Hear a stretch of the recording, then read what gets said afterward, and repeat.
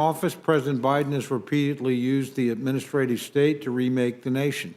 Over and over again, faceless regulators have been empowered to pump out rules, regulations, and mandates that impact the daily lives of all Americans. Federal bureaucrats who sympathize with progressive ideologies have actively used their positions to institute a far-left agenda. Efforts to unilaterally cancel student loan debt, force Americans to buy electric cars, and disenfranchise constitutional rights are just a few examples of the unrelenting devotion to grow government control. As part of our commitment to America, House Republicans are dedicated to fighting against this executive branch overreach. We've pushed back on President Biden's one-size-fits-all regulatory agenda. His efforts to spend hundreds of billions of dollars that Congress has not appropriated, and his work to make America look the way leftist activists want it to look. In keeping with that commitment, today's hearing covers two bills that will reclaim the nation from the Biden administration's overzealous regulatory act. First, we'll take up H.R. 357, the Ensuring Accountability in Agency Rulemaking Act. H.R. 357 will require that agency rules be issued and signed by an official who has been appointed by the President and confirmed by the Senate. The change will put the power of the pen in the hands of the officials who are accountable to Congress and the American voters. Second, we will take up H.R. 1147, the Whole Milk for Healthy Kids Act. Like the Obama administration before it, the Biden administration's zeal to regulate anything and everything extends even to the school lunchroom.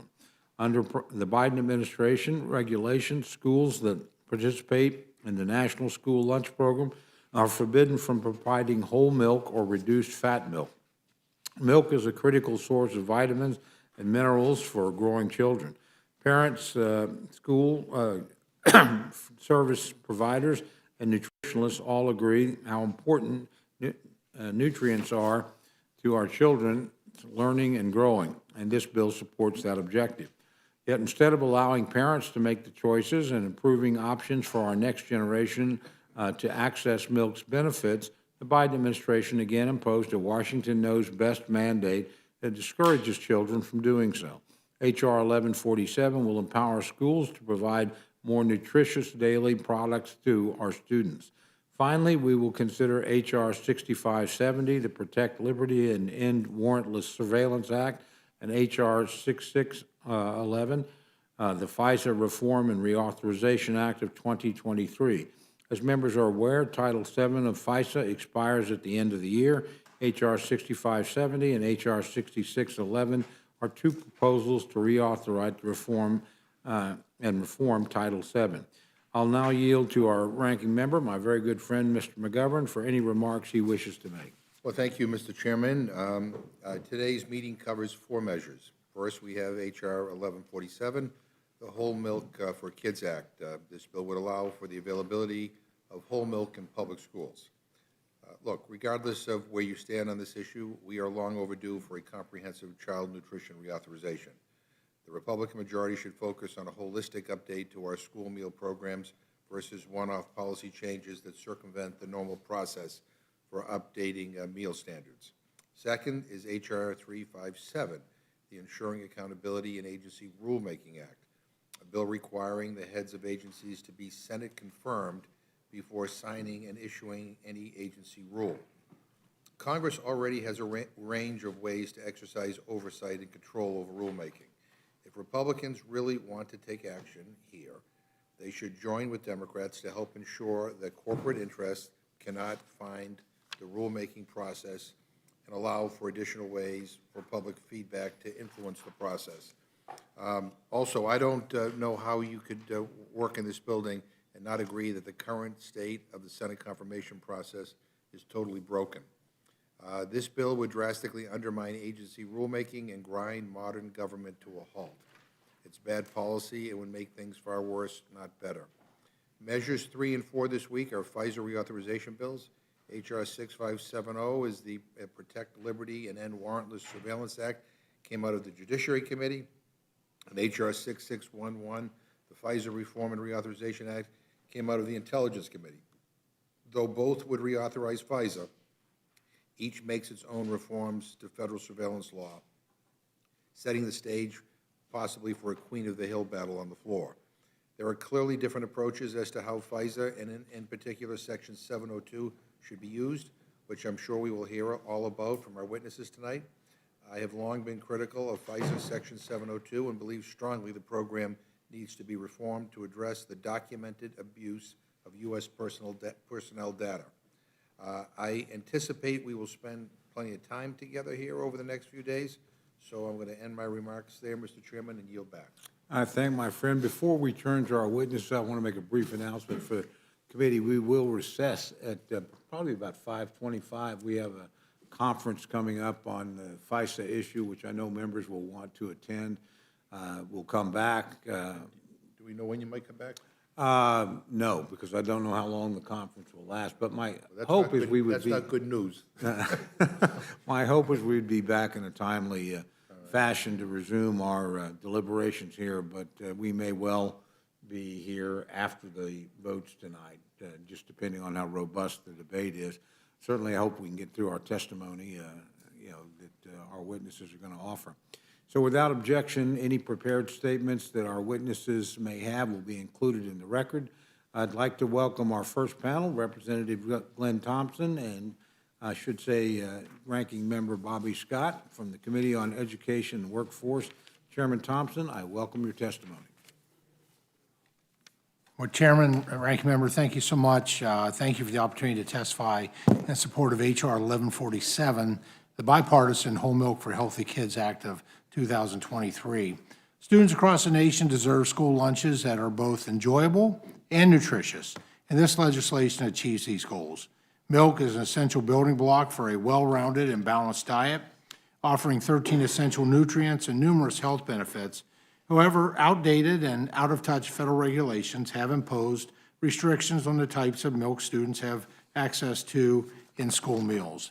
Currently, only low-fat and fat-free milk options are available within our nation's schools. Students are not able to access any of the milk's essential nutrients if they won't drink the milk being served to them. And as we have seen over the last decade, there has been a steady decline in school milk consumption. These regulations are not only unnecessary, but they also create unrealistic hurdles for schools across the country while diminishing student access to well-rounded meals. We know milk is one of the most nutritious options to support and sustain healthy children. Expert nutritionists can attest to this fact. Even science coming directly from President Biden's own USDA supports expanding milk options. The Whole Milk for Healthy Kids Act would simply allow schools to serve all varieties of flavored and unflavored milk, including whole milk. This bill does not require or mandate anyone to serve or drink whole milk, and it gives schools, parents, and students the options that they demand. Congress's long-standing bipartisan concern over limiting milk products in schools serves as a testament as to why this common-sense legislation before us today must be passed. I urge my colleagues on both sides of the aisle to support the bipartisan Whole Milk for Healthy Kids Act, and I appreciate the opportunity to be able to appear before the Rules Committee, and I yield back. Thank you very much. Ranking Member Scott, you're recognized for your opening statement. Thank you, and good evening, Chairman Cole, Ranking Member McGovern, and members of the Rules Committee. I'm pleased to join the distinguished gentleman from Pennsylvania on the panel, but I'm here to speak in opposition to H.R. 1147, the Whole Milk for Healthy Kids Act. School meal programs are critical to reducing child hunger and providing children with healthy food that they need. Milk offered as part of the meal can help deliver essential nutrients. That is why it is so important that we provide students with the most nutritious milk options. Child nutrition standards for school meals, including milk options, are guided by the Science-Based Dietary Guidelines for Americans, or DGAs, which are periodically updated based on recommendations from child nutrition experts and input from the public. The latest DGAs, along with the American Heart Association, the American Academy of Pediatrics, the Physicians Committee for Responsible Medicine, and the Academy of Nutrition and Dietetics, agree that fat-free and low-fat milk is the healthiest option for children. So I oppose H.R. 1147 because it attempts to legislate nutrition standards and disregard evidence-based recommendation made by DGAs.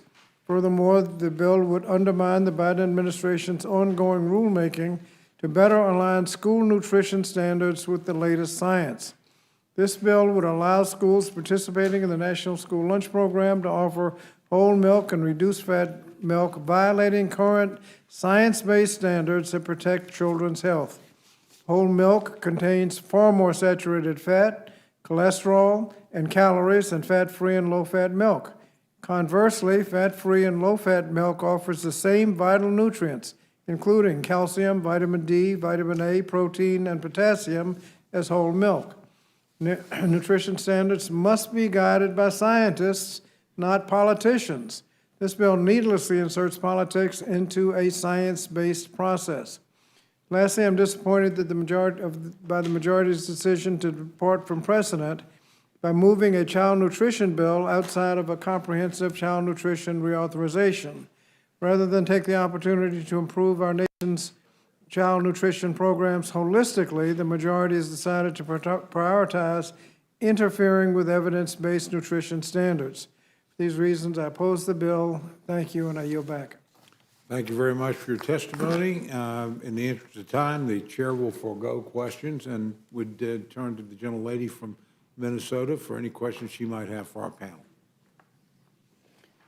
And Mr. Chair, I will just say, I appreciate this bill. I think that whole milk is good for children, and so I appreciate this bill, and with that, I'll yield back. Now turn to my good friend, the ranking member, for any questions he might have for the I just panel. have a couple of quick questions. One is, why aren't we moving in a more holistic way? I mean, it's, because, I mean, if we're going to be doing this with kind of one-off bills, today it's whole milk, but it might be something else tomorrow, why aren't we looking at this more holistically to make sure that the meals our kids are getting in school, you know, are balanced, are nutritious, and are not going to result in long-term health issues? And I'm not taking a position one way or other on the bill. I'm just saying, well, why aren't we just doing this, like, looking at the whole thing? I would say that's what we usually do, and we're departing from that precedent. And I would say it is important that the nutritional standards that were set in 2010 are long overdue from being updated and reauthorized. That said, though, there is a bipartisan support in the Education and Workforce Committee that the beverage part of this, and milk in particular, because of the studies have shown the BMIs have gone up from what was a baseline prior to removing whole milk and flavor, where it showed the number of youth that were, based on BMI scores, were obese. After they took whole milk and flavor out of the schools, it went to, I believe, a 52%. I don't want to misquote that, so I can get you the exact number. So there's part of the urgency on this is the significant impact that has had on the health of our youth. Well, let me just throw one other question out there. You know, my two sisters are school teachers in Worcester, where I'm from, and you know, a pretty large number of the kids that go to their school are lactose intolerant. Is there any objection to adding, in addition to this, soy milk? Because, I mean, it is an issue that there's some kids who can't have any milk, whether any of the milk. I mean, their systems just don't react well to it. Why wouldn't we just? That's correct. And the existing law, we don't change the existing law. The existing law is that, you know, whether it doesn't force feed any child anything, it just provides option choices. And if a child presents with, especially a medical condition, being lactose intolerant or an allergy or anything like that, they present a medical, something from a physician. I'm just telling you what the existing law is. And then absolutely lactose-free milk or any other type of alternative beverage will be provided. Yeah, it's just not practical. I mean, it's not readily available, and to be honest with you, most parents don't even know that such a process exists, and they have to go through all these hurdles. But I think there's an amendment to add soy milk to this bill. Anyway, I'm not sure whether they will be received well or not. But I just raised that because that is an issue, and that does impact the health of some of these kids where they don't have access to this. Mr. Scott? Well, again, I think that argument should be made to the scientists and the experts as to what it ought to be, not to politicians that are trying to balance all kinds of political considerations. Ought to be scientific considerations, and that's why I'm recommending we stick with the science and defeat the bill. Yeah. And the final thing I'm saying, I mean, we have been getting some letters from health experts and different nutrition organizations and expressing concern over this. Do you have like a study from nutrition experts and dietary experts and that favor this? Yeah, the more recent science, and science is such that it changes. That's why it's science. Things do evolve. And the most recent science on dairy fat specifically shows that dairy foods at all fat levels have a neutral or even a positive effect on health outcomes. Older government definitions, outdated regulations treat all saturated fats the same. It just doesn't make sense to do that. And they do not reflect the updated findings. A couple of the top institutions with these findings, Boston University, Cornell, Tufts, those are at least those three. No, I'm not a nutritionist, I'm not a scientist, I'm not a doctor, but I will follow up, because Boston University is in Massachusetts, so let me see what they have to say. Don't leave out Tufts. Yeah, and Tufts is Massachusetts too, but anyway, but thank you, I Well, appreciate it. and that's But, yeah, there's a process for receiving all of the scientific information and considering it, and then coming up with a recommendation in a scientific-based way. You get all kinds of different opinions, but we should be following the science, and there's a process for determining what the best science, Right. what the state of the art is. Thank you. And just to clarify your first question, I have that data in front of me now. According to one case study, in the school year 2007, 2008, so that's full 2 years before whole milk and flavor was taken out of the schools, 39% of students were in the overweight and obese categories. That number jumped to 52% by 2020 and 2021, which was basically 10 years of not providing access to whole milk and flavor in the schools. Yeah, and I don't want to belabor this point, but I mean, that doesn't necessarily mean it's because of, the milk issue may be a sidebar to that. I mean, kids get, there's a lot of other The junk that consequence is kids kids are going to drink something, and Yeah. what they drank when they didn't have access to whole milk and flavor was not milk that was not satisfying and not tasty. They went to high caffeinated, high sugar beverages as alternatives, thus Thank you. driving up obesity. Thank you. Thank you. Gentleman from Kentucky is recognized for any questions he may have for the panel. Mr. Scott, what do you have against whole milk? We'll I give don't you have- as much time as you may consume. I don't have anything against whole milk. I just like to follow the science. And if the scientists have concluded, having heard all the evidence, that that low-fat, non-fat milk is the best alternative, you get the best nutrition, the healthiest alternative, I'm not going to try to substitute my opinion for that. So, but you have nothing against whole milk?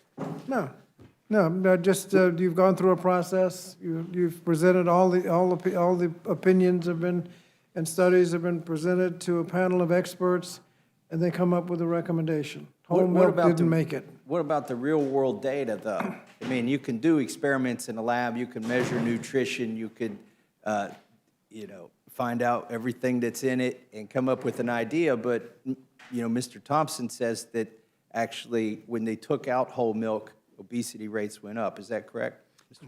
At least one case study. Okay. He has a study that shows that.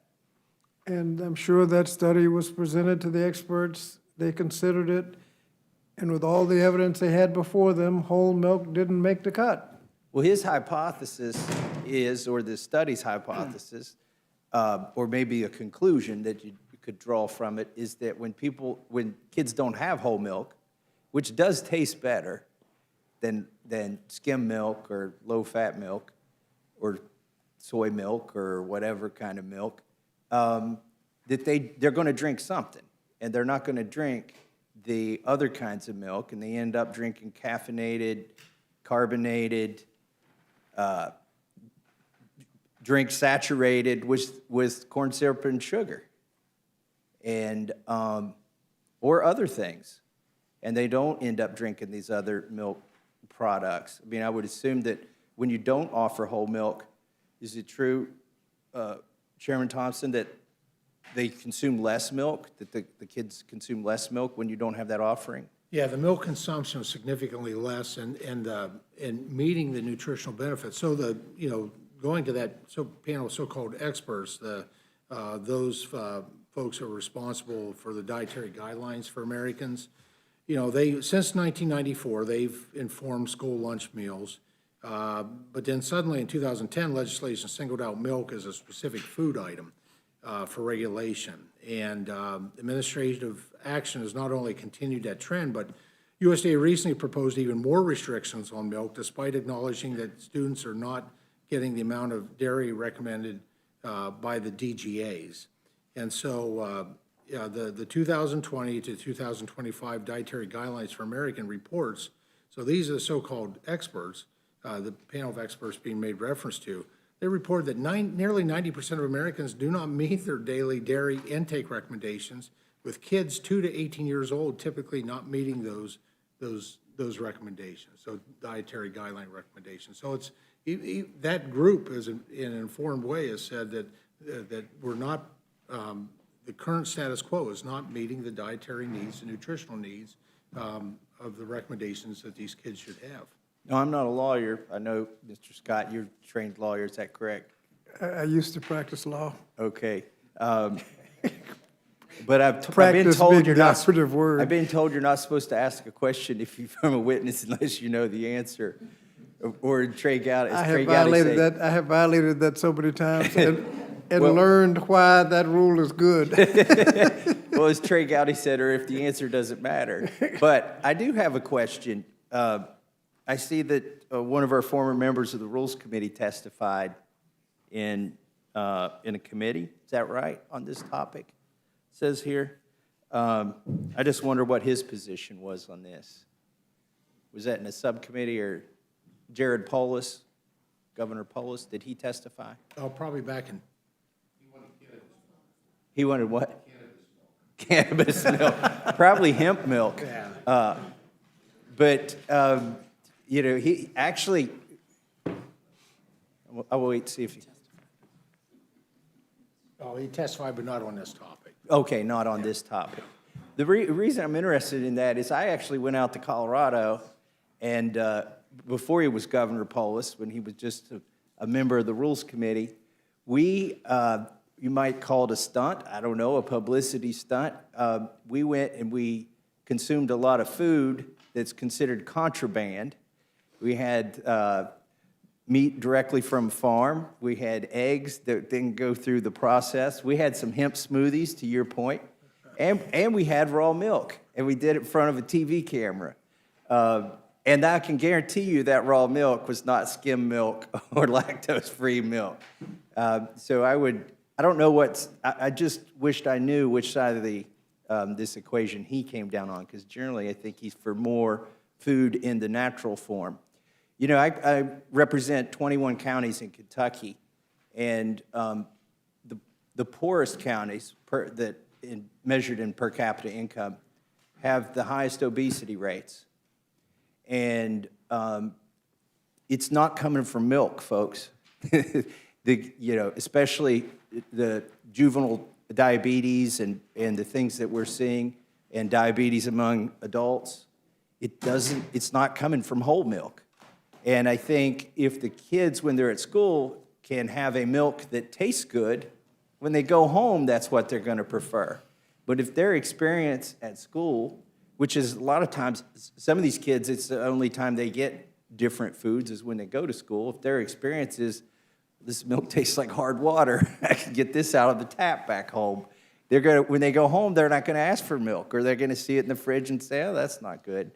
So anyways, I support this bill. I think it's a good idea. I mean, we've been coexisting with whole milk for at least 10,000 years. And as Chairman Thompson says, the science has changed on this. They used to say that certain kinds of fat were bad for you, and now they say it's good for you. In fact, it's necessary for brain development in young children. And so I think this would be a good bill to pass. And to the ranking member's point, it does say in the bill, may offer students flavored and unflavored whole milk, reduced fat, low fat, fat-free fluid milk, and lactose-free fluid milk. So the bill does, is that true? It allows them to have lactose-free milk? That's correct. And the underlying law, which hasn't, the part that hasn't been changed, if there are other allergies or any other alternative beverages, certainly can be offered as well. Well, I'm in favor of the bill, and I hope this passes, and I support the rule, put it on the floor, and I yield back.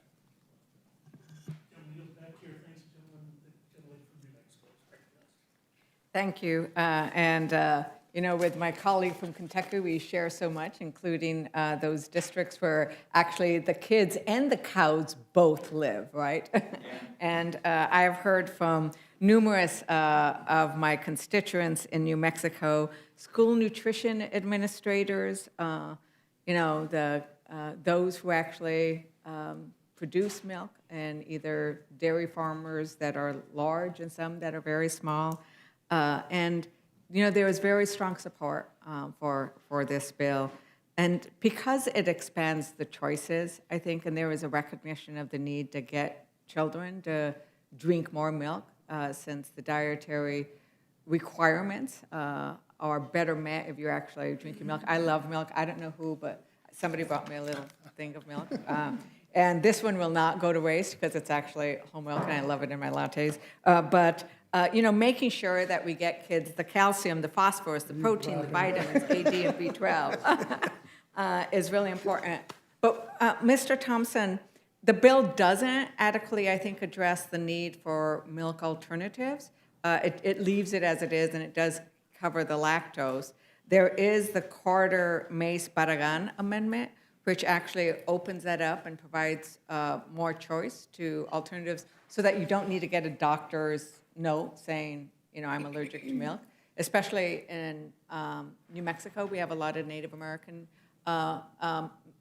school children, and they may be sometimes lactose intolerant, and they just, to the entire thing. Do you support that bill, the amendment? I don't have that amendment in front of me, but if it's the one that just basically goes based on parental direction, I have no opposition to parents making that call. Maybe it's just my interpretation of the existing law. I think there's an opportunity for that already. Now, it's maybe more cumbersome because. You're required to have a written statement of a medical authority. That's the existing law. We didn't really address that, but if this, if this particular amendment would open this up for parents to be able to, to make that request, I have no problem with, parents being in that decision-making seat. Yeah, and I think do this. trust once they try the whole milk, and especially whole milk and chocolate. If I gave that to you, it'd have been whole milk and chocolate, so I didn't, Oh, no, just no. for the record. The problem with the chocolate. I didn't provide that. I mean, I think the problem, and I think that's why this idea of choice and looking at the nutritional, in the school they are looking at these issues, and I'm hoping that they aren't serving the kind of milk that has the highly sugared and corn syrup. I don't represent any of those corn farmers, so I don't need to worry about that. But the farmers and the dairies and people in my district are very supportive of this, and so I'm supportive of it. But especially adding that Barragan, Carter, and Mace amendment. So with that, I yield back.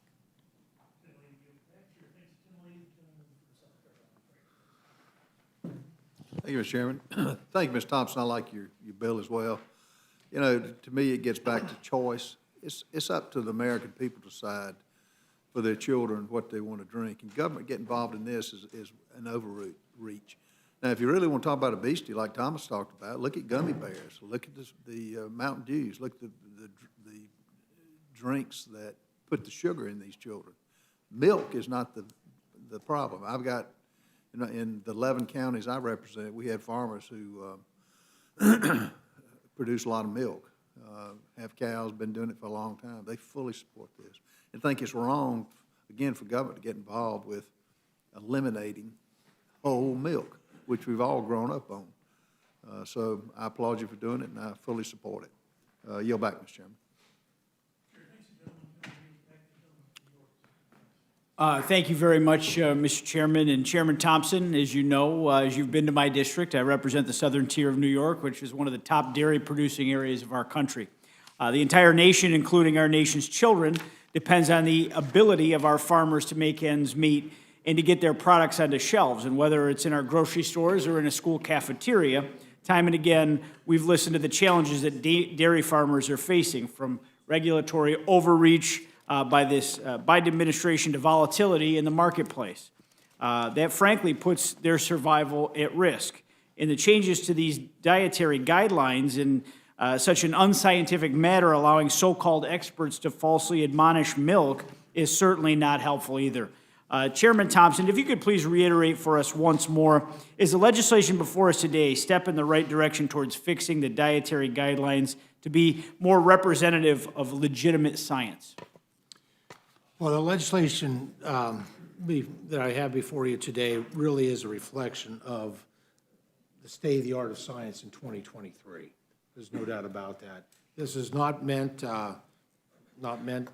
we're not here to refine and revise the dietary guidelines process. I'm not saying that shouldn't happen at some future date. I mean, these individuals are not elected. They don't. There's really no accountability. It's a small group of individuals, and it seems like if you just go historically over the decades, as I've looked at this, I mean, there was a time when eggs were demonized, or a time when red meat was demonized, only to have science finally catch up with those opinions. And it seems most recently it's obviously been whole milk, despite the fact that whole milk is only 3.25% milk fat. That's whole milk. I mean, 1% milk is 99% fat-free, 2% is 98% fat-free, and it's basically 97% fat-free. And so that's just, but that percentage does make a difference in the satisfaction and the taste. The amount of, at least during my visits, and I'm proud to serve with Mr. Scott here, for 15 years now on Education Workforce Committee. And my visits to schools, the amount of unopened milk containers that wind up in the garbage can, the waste, the food waste, because it is just, because we do force some kids to take it. If it's free and reduced, that's mandated and comes as a part of it. And quite frankly, these kids are really voting on this issue based on what they discard, which is a real shame, because it's cheating those kids out of those 13 essential elements that are part of whole milk. Well, thank you very much for your leadership here, Mr. Chairman, and your leadership as chairman of the Agriculture Committee to helping to create the next 5 years of agriculture policy in America and the work that you're doing on the Farm Bill. Is there anything else that you'd like to add, as we conclude on this panel? No, just to say thank you for the opportunity to be able to present this bill. This bill passed with a good strong bipartisan vote out of the Education Workforce Committee, and with your support, look forward to seeing this bill on the House floor this week. Very good. I'm proud to co-sponsor this legislation and to reverse yet another heavy-handed and misguided Biden administration rule. I'm proud to yield back, Mr. Chairman. Gentleman yields back, Chair. Thanks, gentleman. The gentleman from Pennsylvania is right. Thanks, Mr. Chairman. I just want to thank both my friends for coming in and congratulate you on the hard work. And my friend from New York was so thorough. I have nothing to add, so I would yield back. Thank you. Chair, thanks, the gentleman. Gentleman yields back. The gentleman from Virginia. Yeah, I'd like to make a final comment. One was on the parent and the lactose intolerant children. That's something the parents are dealing with frequently, so I think that could be an area where formal medical certificate may not be needed, but that ought to be a question to the experts to make sure we're not endangering children. I doubt it, but let them decide. There's a scientific process to consider issues like the likelihood that you'll drink the milk if you restrict it just to no-fat milk. And that is considered along with everything else as to what's best for the children. And that's considered by a distinguished panel of experts. And I say distinguished panel of experts because I agree with them. They're so-called experts when you don't agree with them. But I appreciate the opportunity to be here. Chair, thanks, gentlemen, for that clarification, so-called clarification. Seeing, and I do want to thank witnesses for being here today. I apologize for being late in deference to a serious case of jet lag. I just got back from Dubai a few hours ago. I'm going to forego questions, and seeing no other members wishing to ask questions, this panel is excused.